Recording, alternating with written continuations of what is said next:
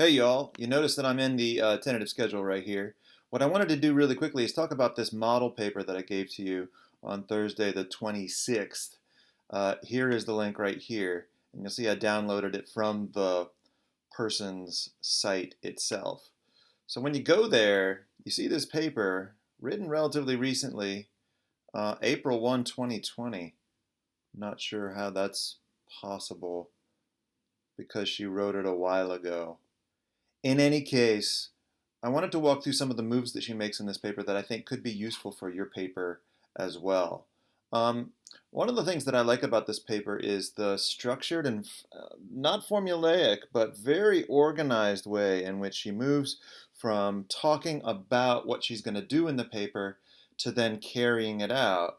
And I think the only flaw in the paper is that it doesn't reach some big and deep and meaningful conclusions toward the end. That'd be one of the things that I'd want to do if I were asking for a revise of this paper. But some of the moves that she makes early on I think are relatively useful for your writing as well, and I wanted to talk about them pretty quickly here.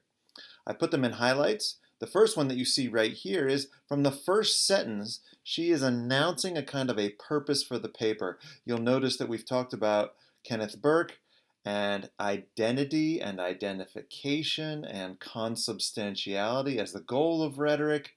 But you'll notice that several of the books that I've referred you to, the Peace, Rhetoric of Hitler's Battle, and other kinds of things that I've had you read from Kenneth Book were all about motives, motivation, the structure or motivation, she says right here, behind the author's intention.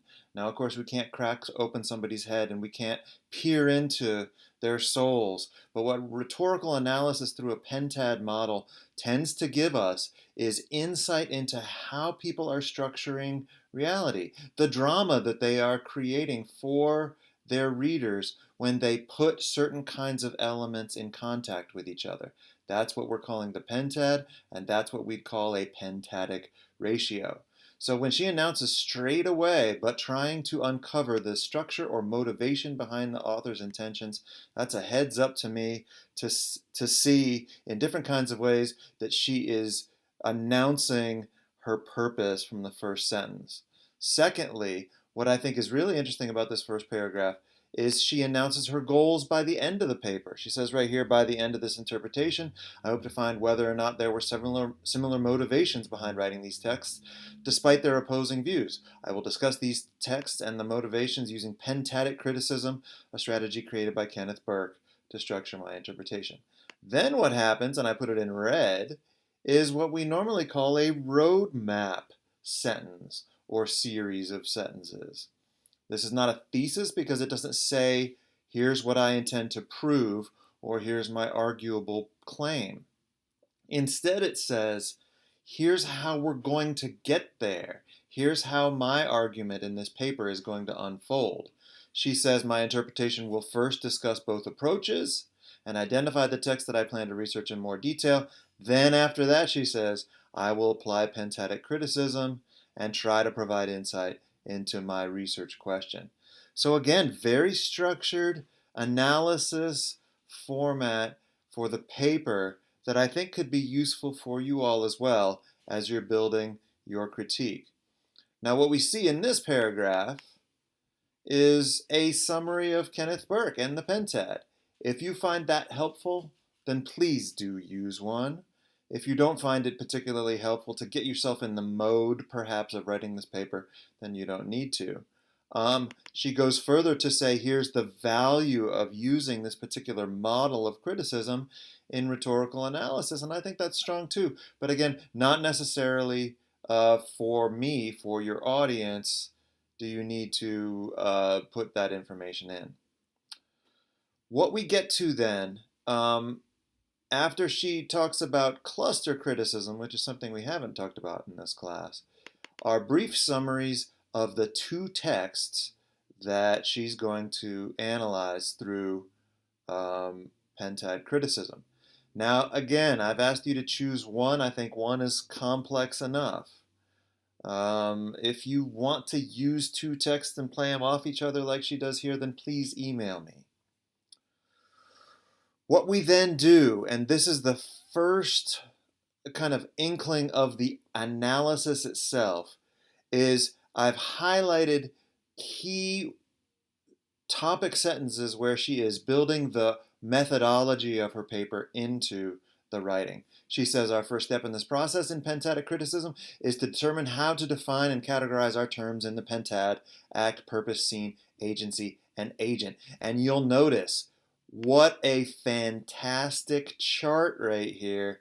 I'd say, oh my God, please use something like this. This is fantastic. Makes my heart go pitter pat. I just love this stuff. She does it for the second text. She says, here we've got, again, how I would order the different elements of the pentad based on my reading of this particular argument, right? So that's what we're doing here.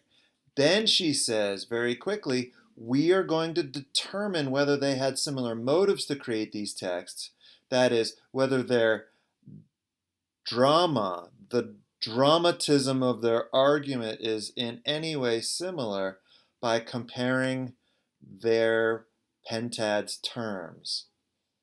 She says, we create ratios between our pentad's terms to determine what influence the other terms the most and which influence the terms the least. I have given you this information down here.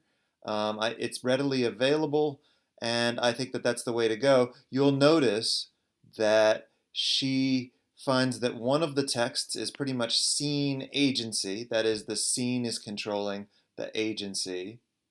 The place or the environment in which something happens is controlling how things get done. And then in the next piece she looked at, the scene is controlling the purpose. That is, the scene is giving our a sense of the goals or the ideology for how things should be done. Then what she does is she wraps up with a relatively, I'd say, brief conclusion about what she's learned by using this particular method. This is something, again, like I said at the beginning, you could really do more with this in your papers than she does here.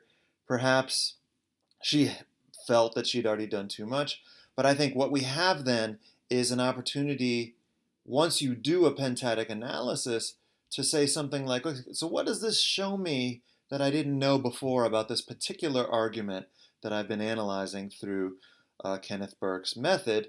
But then you could also say something like, what have I now learned about rhetoric through the application of this method to this particular text?